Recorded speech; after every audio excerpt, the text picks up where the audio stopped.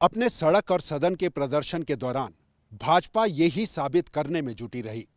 रोम जलता रहा, नीरो बांसुरी बजाता रहा, मगर अपने निडर और साफगोई से राज्य के हित में सीधे फैसले लेने वाले सीएम सुक्खू को विपक्ष के ये तेवर डिगा नहीं पाए। उन्होंने विपरीत परिस्थितियों में राज्य के आर्थिक हालत को संवारने के लिए कड़वे घूंट के फैसले लेने से भी गुरेज नहीं किया। ना ही आपदा के संकट में घिरे लोगों की सुध लेने में उनके कदम पीछे हटे।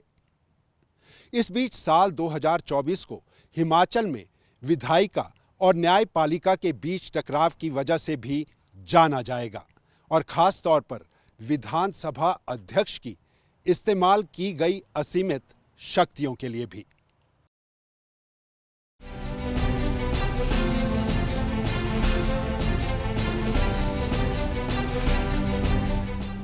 सीपीएस और वाटर सेस, हाई कोर्ट की सरकार को सीधी फटकार, इनसे जुड़े कानून बनाने का अधिकार विधायिका को नहीं। हिमाचल भवन की नीलामी, घाटे के होटल की बिक्री, अकर्मण्य और कई मामलों में मूक बैठी अफसरशाही और सरकार को नींद से जगाने के आए फैसले। साल 2024 में हिमाचल की सियासत में संवैधानिक पद की दो बड़ी शक्तियों के आपसी टकराव और कई मुद्दों पर सरकार के ढुलमुल रवैये पर सरकार को नींद से जगाने के आए आदेश के रूप में भी याद किया जाएगा। पहला और सबसे महत्वपूर्ण पक्ष ये है, हिमाचल प्रदेश हाईकोर्ट ने सदन में असंवैधानिक तौर पर बनाए जा रहे कानूनों पर रोक लगाकर कई ऐसे मुद्दों में अपने खुले फैसले दिए जिसमें विधायी और न्यायिक शक्तियों में टकराव दिखाई दिया। ऐसे मामलों में सीपीएस नियुक्ति और वाटर सेस जैसे मुद्दों पर सदन में बनाए गए कानूनों को कानून सम्मत पलट कर रख दिया।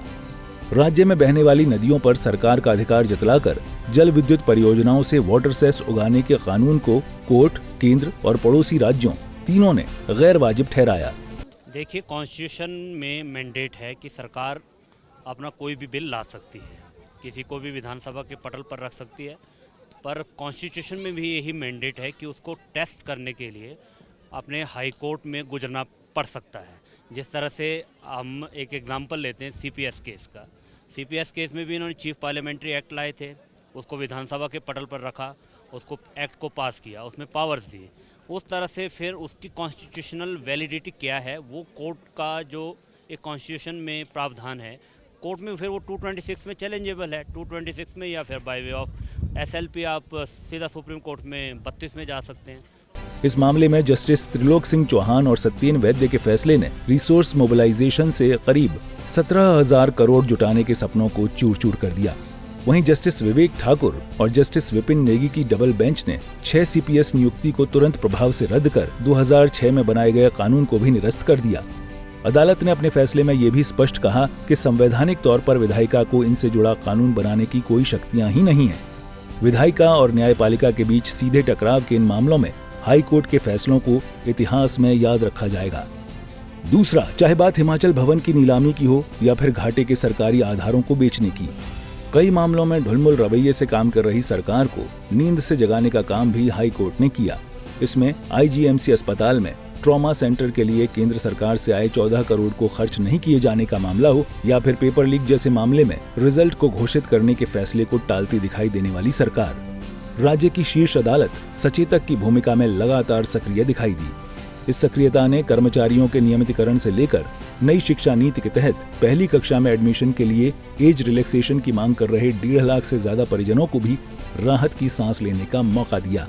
आप सरल शब्दों में कहें तो जैसे वाटर सेस की आप बात कर रहे हैं और इसकी आपने दूसरा एक्ट की सीपीएस की एक्ट की बात की, तो दोनों के दोनों कोर्ट में टेस्ट हुए और कोर्ट ने कहा कि इसमें कॉन्स्टिट्यूशनल वैलिडिटी नहीं है और कोर्ट ने खारिज की है। कोर्ट टेस्ट करता है वायर्स को कि जो भी एक्ट बना है या कोई भी स्कीम गवर्नमेंट लाती है तो उसके एक्ट्स में क्या किस तरह का आपने प्रावधान रखा हुआ है। अब चाहे चमियाना की बात हम कर लें या सीपीएस की बात कर लें, तो ठीक है, जब कोर्ट को लगता है कि जनहित से जुड़े हुए मुद्दे हैं तो कोर्ट उनको टेस्ट करेगा। और अगर कोर्ट इस नतीजे पे पहुंचता है तो कोर्ट कॉन्स्टिट्यूशन के विद इन 4 कॉर्नर उस प्रीव्यू में रहकर ही कोर्ट उसको टेस्ट करता है और कोर्ट अपना डिसीजन पास करता है। फिर हमारा जैसे एक हायरार्की बनी है कि पहले 226 है, फिर उसके बाद सुप्रीम कोर्ट है, और सुप्रीम कोर्ट का जो कोर्ट है फिर अगर वहाँ से अगर हमारे को स्टैम्प लग जाती है, वहाँ से अगर कोई फैसला आ जाता है, फिर वो लॉ ऑफ लैंड बन जाता है। तो अगर तभी तो एक कॉन्स्टिट्यूशन में ये स्कीम बनी हुई है, विधायिका का अलग रोल है, अपना जुडिशरी का अपना अलग रोल है, एग्जेक्टिव का अपना अलग रोल। सरकार को हिलाने का रोल नजर आया आपको हाईकोर्ट? नहीं, ऐसा मैं नहीं कह सकता। देखो, हाई कोर्ट जो है बिल्कुल निष्पक्ष होकर फैसला देता है।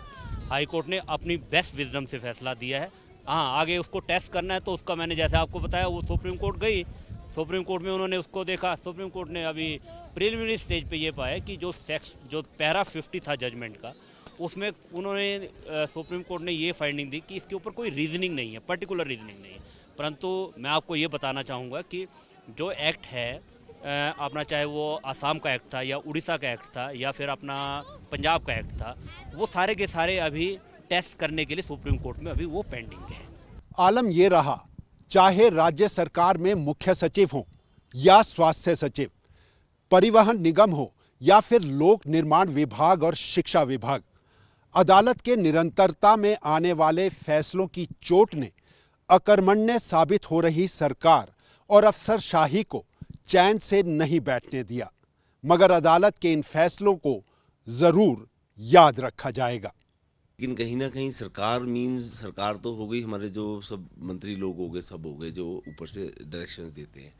लेकिन मेरे हिसाब से कहीं ना कहीं अगर कोई टकराव की स्थिति आती है और जहाँ पे हाई कोर्ट रूल डाउन करता है चीज़ों को, जैसे पीछे हुआ है 2-4 चीज़ों में, तो मेरे हिसाब से कहीं ना कहीं ब्यूरोक्रेट्स का वो शॉर्टकमिंग्स कहा जा सकता है। क्योंकि ब्यूरोक्रेट्स अगर प्रॉपरली अपना पेपर वर्क और वो सब करें और प्रॉपर गाइड करें, तो वो मेरे हिसाब से कोई प्रॉब्लम नहीं आनी चाहिए ऐसी कि सरकार के लिए शो डाउन हो जाए, है ना। बाकी जैसे अब ये CPS के रूल आउट हुए हैं, ये कहीं ना कहीं सरकार की मजबूरी है कि इनको लोग लेने पड़ते हैं, और वो पता भी होता है। जैसे CPS का इशू तो मैं दूसरी बार हुआ, हाई कोर्ट का जो रूल आउट है ना किया है, तो पता भी है सरकार को, पर फिर भी कुछ मजबूरियाँ होती हैं, वो करते हैं कि देखो वो 6 महीने साल निकालो अपने उस तरह से, तो वो वाली चीज़ें हैं। लेकिन अगर हम ये देखें कि कौन सही है कौन गलत है, तो कोर्ट ने तो जो फैसला देते हैं जी, वो लगभग सारे एस्पेक्ट्स को, पैरामीटर्स को देख के, टाइम लगाकर, दोनों पक्षों को सुन के ही कोर्ट फैसला देता है। हाई कोर्ट के आदेशों के बाद हिमाचल ने विधानसभा अध्यक्ष की संवैधानिक शक्तियों को भी पहली बार महसूस किया। वो असीमित शक्ति जिसे चुनी हुई सरकार बचाने के रूप में राज्य की सियासत ने पहली बार देखा। बजट सत्र में जब कांग्रेस के 6 बागी नेता और 3 निर्दलीय विधायक पाला बदलकर भाजपा में चले गए, तो विधानसभा अध्यक्ष की कुर्सी पर बैठे कुलदीप पठानिया का वो चेहरा सामने आया जिसने दल बदल कानून का सहारा लेकर सरकार को बचाने में अहम भूमिका निभाई। साल 2024 को इसलिए भी याद किया जाएगा, हिमाचल के deputy chief minister Mukesh Agnihotri ने सरकार गिरने के संकट से कुछ दिन पहले ही अपनी धर्मपत्नी को खो दिया। वह टूट गए और राजनीति से बेजार हो गए। मगर अपने ऊपर आए इस दुख की घड़ी में भी उन्होंने सुक्खू सरकार को टूटने नहीं दिया। वह मुख्यमंत्री सुखविंदर सिंह सुक्खू के साथ चट्टान की तरह खड़े रहे और अंत तक सरकार बचाने के लिए काम करते रहे। उनके कई कट्टर समर्थक यह चाहते थे कि मुकेश अग्निहोत्री संकट के इस अवसर को सीएम की कुर्सी तक के सफर के लिए इस्तेमाल करें, मगर मुकेश अग्निहोत्री ने सीधे इनकार कर राजनीति के राजधर्म को अपनाया। वो आज भी सीएम सुक्खू के साथ निस्वार्थ खड़े नजर आते हैं।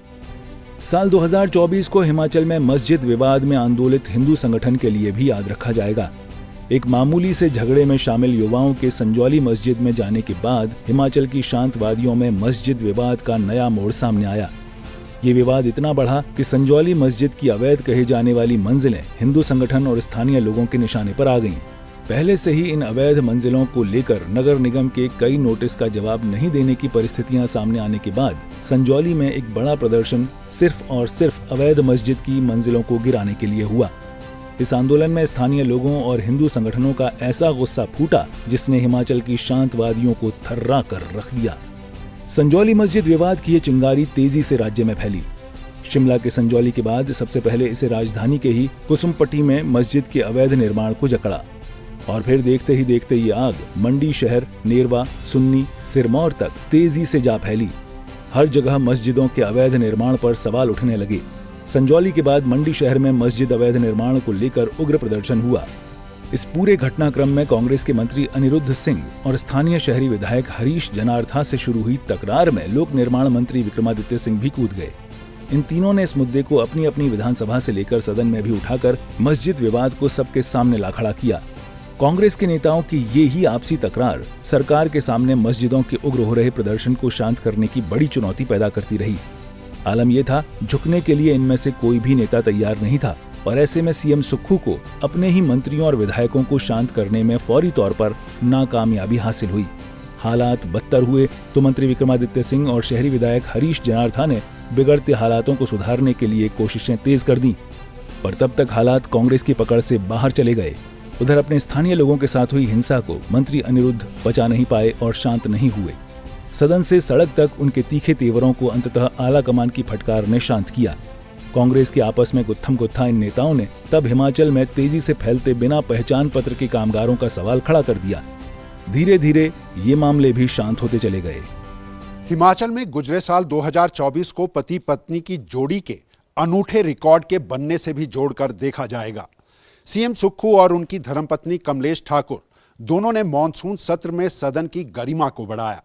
विधानसभा पहुंची इस जोड़ी के फोटो फ्रेम को शायद कमलेश या फिर मुख्यमंत्री सुक्खू दोनों ताउम्र याद रखेंगे।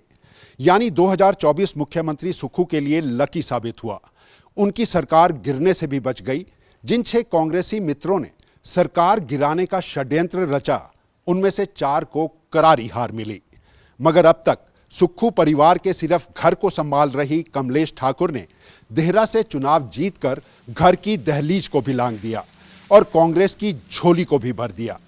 इससे पहले सीएम रहे डॉक्टर परमार और उनकी राज्यसभा सांसद पत्नी सत्यवती डांग की जोड़ी को ही हिमाचल ने राजनीति के भीतर देखा।